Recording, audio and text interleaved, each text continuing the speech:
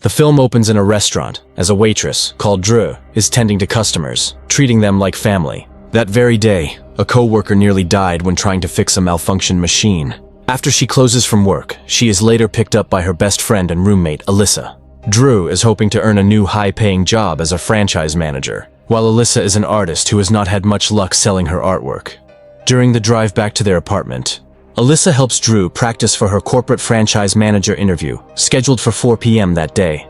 Despite Dreux's lack of confidence about not having a college degree, Alyssa reassures her that she'd be perfect for the role. Suddenly, something pops into Dreux's mind, and she asks about their rent payment. Alyssa confirms that their landlord, Uche, received the money, and there's nothing to worry about.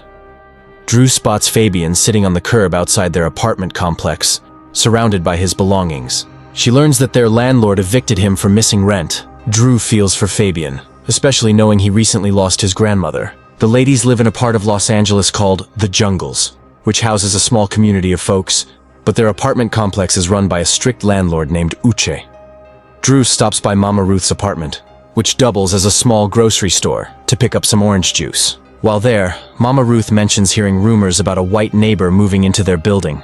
Dreux dismisses this, pointing out that she hasn't seen white people in the jungles in ages. Her conversation is suddenly interrupted when her childhood friend Maniac walks in, causing Dreux to become visibly flustered, revealing her long-standing crush on him. Mama Ruth picks up on the obvious tension between them, and once Maniac leaves, asks Dreux what just happened. Dreux quickly denies any interest, claiming she has no time for guys from the streets, and reminding Mama Ruth that Maniac has been nothing but trouble since they were kids. Dreux and Alyssa also share a place with Alyssa's freeloading boyfriend, Kashon, whom Dreux hates but Alyssa cannot seem to cut ties with, partially because of the sex. Dreux can't understand how Kashon shows no respect for anyone and still manages to buy expensive sneakers, despite not having a steady job or any real income. Alyssa tries to calm Dreux down, urging her to take a break, and assures her that she'll talk to Kashon about moving out. Dreux tries to catch some sleep but is jolted awake by loud, persistent banging on the front door. When she opens it, she finds Uche demanding the rent. He insists that Alyssa never gave him the money, even though she had told Dreux she did.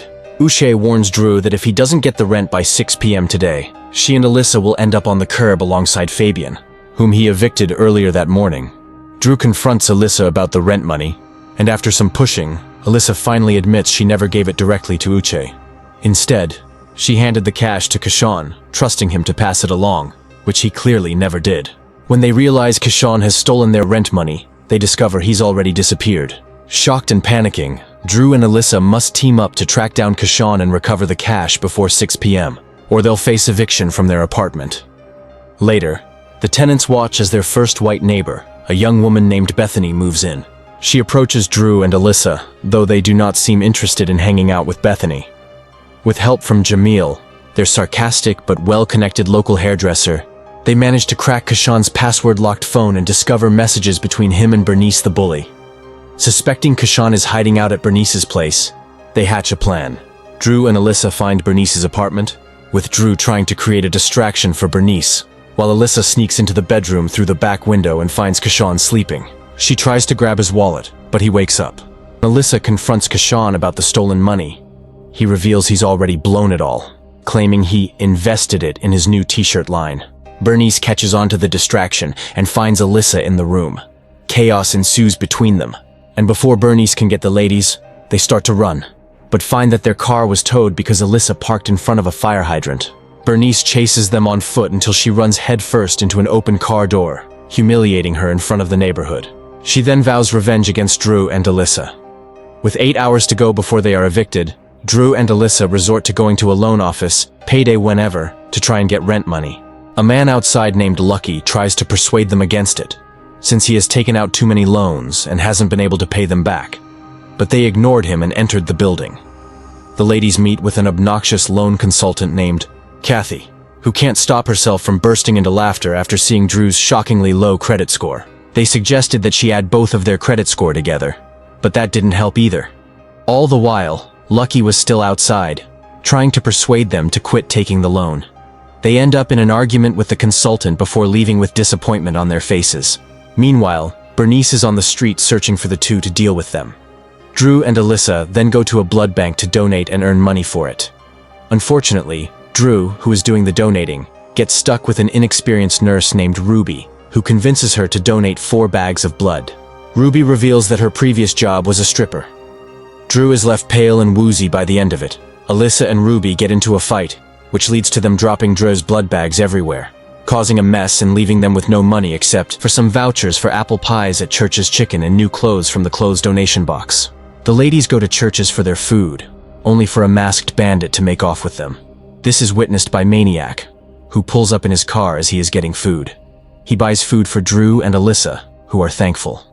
Afterwards, Alyssa leaves, since she has come up with an idea for how to make money, and also so Dreux can be alone with Maniac. While riding with him, Dreux begins to panic after she finds an axe hiding under her seat, but becomes relieved after she learns that Maniac abandoned his gang life and is trying to do better in his community.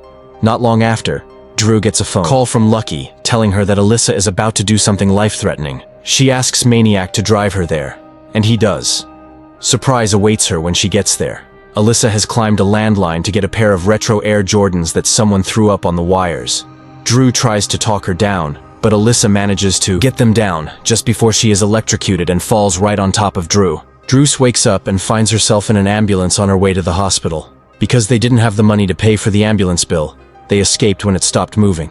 The EMTs told them they had her information and knew where to send the bill, but they didn't care and kept running. Bernice tails them to the blood bank to ask about them, only to discover that they are on their way to Church's Chicken.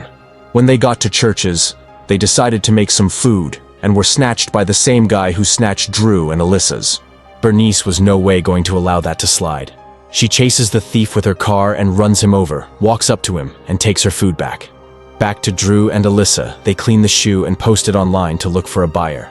Someone is interested in buying the shoes, so they arrange to meet the buyer at the park, where she made up a story about how they belonged to her dad. This makes the buyer cry, and Dreux knocks the price down.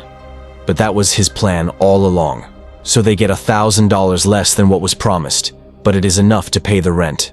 Alyssa joins Dreux as they go to Dreux's interview after fixing her up a bit. Dreux meets with Norman and Shayla. The latter connects with Dreux, who is doing a good job and makes a solid impression. Outside, Alyssa buys a fruit cup from a cart and takes pictures with the vendor to send to Kashon and pretend that's her new man. Bernice sees the pictures and knows where to find Alyssa. Just as Dreux is finishing up the interview and being told by Shayla that she is what they are looking for, they witness Bernice beating Alyssa's ass. Dreux initially denies knowing any of them, but she is unable to pretend she doesn't know them because Alyssa keeps calling her name for help. Dreux excuses herself and runs out in an attempt to defend Alyssa, but Bernice beats them both up and even booty slams them for added humiliation. To add insult to injury, she even steals Alyssa's money. After everything is over, Dreux tries to save face, but Shayla says that maybe she is not what they are looking for. Dreux finds out that Alyssa revealed their location because she was still talking to Kashon. The ladies have a heated argument and decide to go their separate ways, but Alyssa gets a phone call from neighborhood thug King Lolo. The Jordans that Alyssa sold belong to him, and he wants twice as much money as they were sold for by Tenniv that night, or he will kill both ladies. The two go back home to find that Uchi has already moved their stuff out onto the street since it is 6:30. Dreux pleads with him since it is still the first of the month, and he gives them until just before midnight to come up with the rent. Dreux and Alyssa sit on their couch outside in defeat until Bethany walks by and sees Alyssa's artwork and shows interest in it. Dreux sells one of them to Bethany for $300 and then takes Bethany up on her Prosecco party with pals offer. Dreux proposed an idea to Alyssa that they set up a pop-up art show that night, so Bethany can invite her rich hipster friends, so they can pay hundreds for Alyssa's artwork, hoping to make enough money to pay the rent and pay off Lolo. The ladies put on the art show with 3 hours left until Lolo comes to collect. Shayla shows up after being invited, and Dreux is able to talk to her so that Shayla can give her a second chance. They manage to make enough money, but Alyssa suggests that they keep the money and not be scared of Lolo. That is, until he and his two goons show up. He fires off a gunshot to scare the crowd away, leaving Dreux alone to confront him before Alyssa creates a distraction for Dreux to run. Dreux and Alyssa hide in the streets until someone believed to be the cops comes to get Lolo, forcing him to run.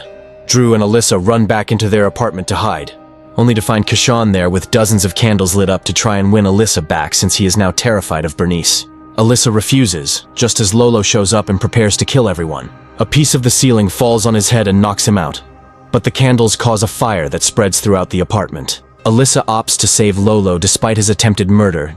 Just as they hide, and Dreux and Alyssa reaffirm their love for one another. They are saved moments later by firefighters, and to her surprise, Maniac was part of the crew.